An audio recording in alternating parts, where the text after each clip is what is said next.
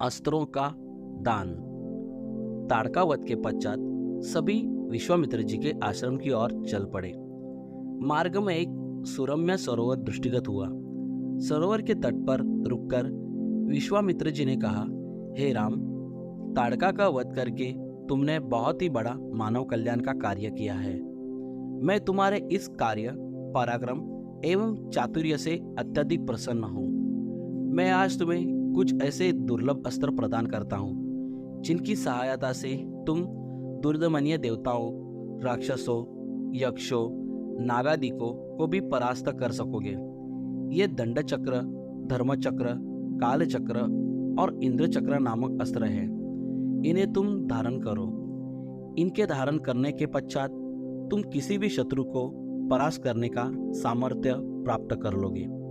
इनके अतिरिक्त मैं तुम्हें विद्युत निर्मित वज्रास्त्र, शिवजी का शूल, ब्रह्मशिर, ऐशिक और समस्त अस्त्रों से अधिक शक्तिशाली ब्रह्मास्त्र देता हूँ। इन्हें पाकर तुम तीनों लोकों में सर्वाधिक शक्ति संपन्न हो जाओगे। मैं तुम्हारी वीरता से इतना अधिक प्रसन्न हूँ कि तुम्हें प्रचंड मौत की व शिखर नाम की गदाएं प्रदान करते हुए मुझे अत्यंत हर्ष हो रहा है। मैं तुम्हें सुखी और गीली दोनों ही प्रकार की अश्नि व पिना के साथ ही साथ नारायणास्त्र, आग्नेयास्त्र, वायव्यास्त्र, हयशिरास्त्र एवं कौंच अस्त्र भी तुम्हें प्रदान करता हूँ। अस्त्रों के अतिरिक्त मैं तुम्हें कुछ पाश भी देता हूँ, जिनमें धर्मपाश, कालपाश एवं वरुण पाश मुख्य है। इनके पाशों के द्वारा तुम अत्यंत फुर्तीले शत्रु को भी बांधकर निष्क्रिय बनाने में समर्थ हो जाओगे। राम, कुछ अस्त्र ऐसे हैं जिनका प्रयोग असुर लोग करते हैं। नीति कहती है कि शत्रुओं को उनके ही शस्त्रास्त्रों से मारना चाहिए। इसलिए मैं तुम्हें असुरों के द्वारा प्रयोग किए जाने वाले कंकाल, मुसल, घोर कपाल और किंकिनी नामक अस्त्र भी देता हूँ। कुछ अस्त्र का प्रयोग विद्याधर करते हैं। उनमें प्रधान अस्त्र है खड्ग, मोहन, प्रसावन, प्रशमन, सौम्य, वर्षण, संतापन, विलापन, मादनास्त्र, गंधर्वास्त्र, मानवास्त्र, पैचाशास्त्र, तामस और अद्वितीय सोमनास्त्र। इन सभी अस्त्रों को भी मैं तुम्हें देता हूँ। ये मौसलास्त्र, सत्यास्त्र, असुरों का मायामय अस्त्र और भगवान सूर्य का प्रभास्त्र है, जिन्हें दिखाने मात्र से शत्रु निस्तेज होकर नष्ट हो जाते हैं। इन्हें भी तुम ग्रहण करो। अब इन अस्त्रों को देखो। ये कुछ विशेष प्रकार के अस्त्र हैं। ये सोम देवता द्वारा प्रयोग किए जाने वाले शिशिर एवं दारुण नाम के अस्त्र हैं। शिशिर के प्रयोग से शत्रु शीत से अकड़कर और दारुण के प्रयोग से शत्रु गर्मी से व्याकुल होकर मूर्छित हो जाते हैं।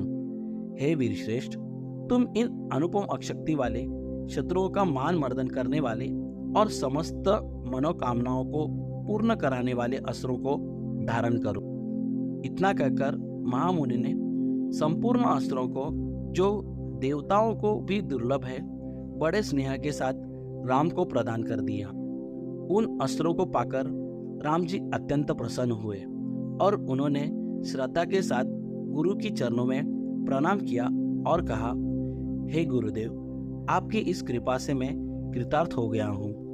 किंतु मुनिवर, इस प्रकार के अस्त्र गंधर्वों, देवताओं, राक्षसों आदि के पास भी होंगे और उनका प्रयोग वे मुझ पर भी कर सकते हैं। कृपया करके उनसे बचने के उपाय भी मुझे बताइए। इसके अतिरिक्त ऐसा भी उपाय बताइए जिससे इन अस्त्रों को छोड़ने के पश्चात अपना कार्य कर ये अस्त्र पुनः मेरे पास वापस आ जावे। राम जी के इस प्रकार कहने पर विश्वामित्र जी बोले, राघव, शत्रुओं के अस्त्रों को मार्ग में ही काटकर नष्ट करने वाले इन सत्यवान, सत्यकीर्ति, प्रतिहार, पराडमुख, आवानमुख, लक्ष्य, उपलक्ष्य आदि इन अस्त्रों को भी तुम ग्रहण करो। इन अस्त्रों को देने के बाद गुरु विश्वामित्र जी ने राम को वे विधियां भी बताई जिनके द्वारा प्रयोग किए हुए अस्त्र वापस आ जाते हैं। तो इस प्रकार से प्रभु श्री राम जी को विश्वामित्र द्वारा अस्त्र शस्त्र और उनके चलाने की विद्या भी प्राप्त हुई। दोस्तों, पौराणिक कथा के अगले भाग में हम विश्वामित्र जी के आश्रम के बारे में जानेंगे। दोस्तों, इस चैनल को लाइक, शेयर और सब्सक्राइब जरूर कीजिए और कमेंट करके आपका अभिप्राय भी जरूर दें। आप सभी से ये निवेदन है कि यदि किसी भी प्रकार की कोई भी कमी नजर आए तो आप कमेंट करके जरूर बता दें ताकि हम उसे सुधार सके। और हाँ, साथ ही साथ बेल आइकॉन को भी प्रेस कर दीजिए। धन्यवाद।